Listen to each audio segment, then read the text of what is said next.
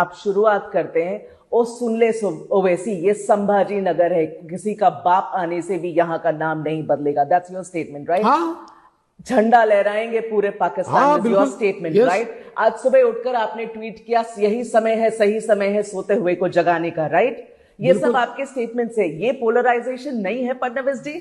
अरे भैया, आप भी बिना कॉन्टेक्स्ट की बात कर रहे हो। नहीं, कॉन्टेक्स्ट समझ लीजिए। आप जब पूछ रहे हो तो मुझे बोलने दीजिए। बोलिए। ऐसा है, अगर ओवैसी संभाजी नगर में आके सभा करेगा और उसकी सभा में यह कहा जाएगा कि कहां से संभाजी नगर हो गया, ये तो खड़की था, ये तो हमारे पुरखों ने बसाया हुआ है, तो मैं जवाब दूंगा, क्योंकि देश धर्म पर मिटने वाला शेर शिवा का छावा था, महापराक्रमी परम प्रतापी एक ही शंभू राजा था। अगर संभाजी राजा का कोई अपमान करेगा, आकर जवाब मिलेगा। इसको कोई पोलराइजेशन का विषय नहीं है। वो आकर अगर ये कहते हैं कि हमारी जमीन है, ये जमीन उनकी नहीं है, ये हमारे पुरखों की जमीन है, ये जमीन छत्रपति शिवाजी महाराज की जमीन है, और उसके ऊपर अगर कोई क्लेम करेगा, वहां पर जाकर मैं जवाब दूंगा। ये मैंने जवाब दिया, मैं कोई पोलराइजेशन नहीं कर रहा हूं। आपके और उनमें क्या अंतर है? नहीं, अंतर यह है कि हमने शुरुआत नहीं की, लेकिन अगर कोई हमारे ऊपर ईंट फेंकेगा तो पत्थर से जवाब जाएगा। सच बताइए, क्यों कर रहे हैं आप ये? किस बात की तकलीफ हुई है भारतीय जनता पार्टी को कि एक कम्युनिटी ने एक मुश्त एक पार्टी को डिसाइड करके अपने सारे वोट वहां दे दिए, आपको नुकसान हो गया, और अब आप सब, आपके शीर्ष नेतृत्व सब लोग लग गए हैं वोट। इस कैसे नारे देते हैं आप? बटेंगे तो कटेंगे के नारे देते हैं आप, एक है तो सेफ है के नारे देते हैं आप भी तो अब हिंदू कंसोलिडेशन का काम कर रहे हैं। मैं तो आश्चर्य करता हूं कि आपको नहीं समझ में आ रहा है। एक है तो सेफ है, क्या गलत है इसमें? बटेंगे तो कटेंगे में क्या गलत है? इस देश में जब देश को हमने इस प्रकार से जातियों में बांटा है, प्रांतों में बांटा है, तब तक इस देश के टुकड़े हुए और इस देश के समाज के भी टुकड़े हुए।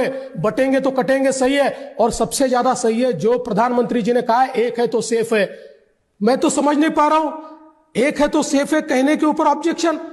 ये तो माफ कीजिए, आपके लिए नहीं कह रहा हूं, पर ये तो मूर्खता है। अगर कोई ये कहता है कि एक है और तो सेफ है, इसके ऊपर कोई ऑब्जेक्शन लेता है, तो मुझे तो सॉरी पर उनकी अकल पे तरस आता है। ठीक है, अब मुझे इस तरीके से आपसे पूछने दीजिए फडणवीस जी, आप ऐसे नेता हैं जो 5 साल डेवलपमेंट का काम करते हैं, 5 साल बड़े बड़े प्रोजेक्ट्स बनवाते हैं, एग्जीक्यूट करते हैं, डिलीवर करते हैं समय पर, लोगों की जिंदगी आसान हो रही है मुंबई में।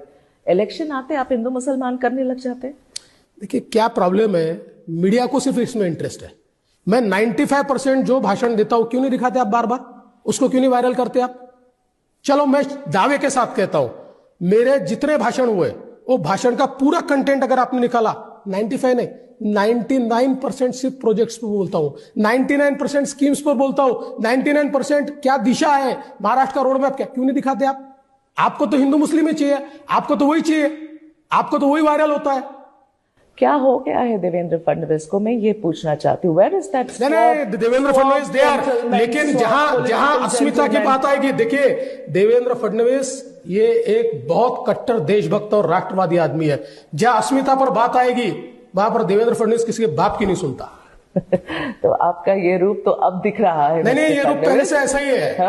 ये रूप ऐसा ही है देवेंद्र फडणवीस का। लोग आपको मुंबई, महाराष्ट्र में, स्पेशली मेट्रोपॉलिटन एरियाज में as a soft political gentleman की तरह देखते हैं। I am soft political gentleman. मैंने कौन सी गलत बात की? नहीं, ऑल ऑफ दिस आपको गलत दिख रहा है भाई, क्योंकि आप गलत चश्मा लगा के बैठे हो। मैं गलत चश्मा लगा के बैठे हो आप।